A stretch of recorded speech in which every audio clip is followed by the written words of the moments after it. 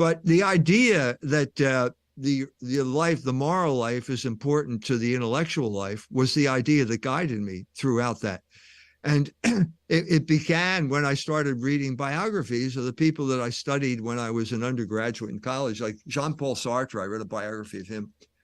And that I never wrote a chapter on him, but it allowed me to understand what I had been doing in a way that was not possible before, in a way that was simply led to confusion. I was in the university at the tail end of existentialism.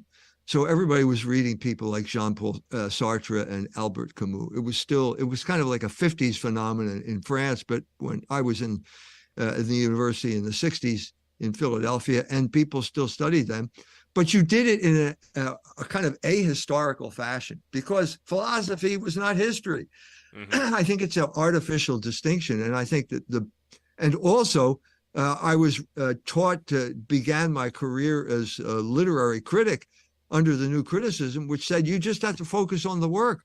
The biography is irrelevant. Well, no, that's not the case at all, because I began to see the biography is very relevant, especially if what you're doing is projecting your own values onto the subject. So you can either conform your desires to the truth or the truth to your desires. If you conform the truth to your desires are the most important thing that I need to know. And I get to know that by reading a decent biography. That's how I got started. Yeah, the biography of Karl Marx is what's coming to my mind on that, where, he talks about all this exploitation of the worker and such things. And from my understanding, he never set foot in a factory during the Industrial Revolution, and he never really had a job. And he got his housekeeper pregnant and kicked her out on the street. I mean, like...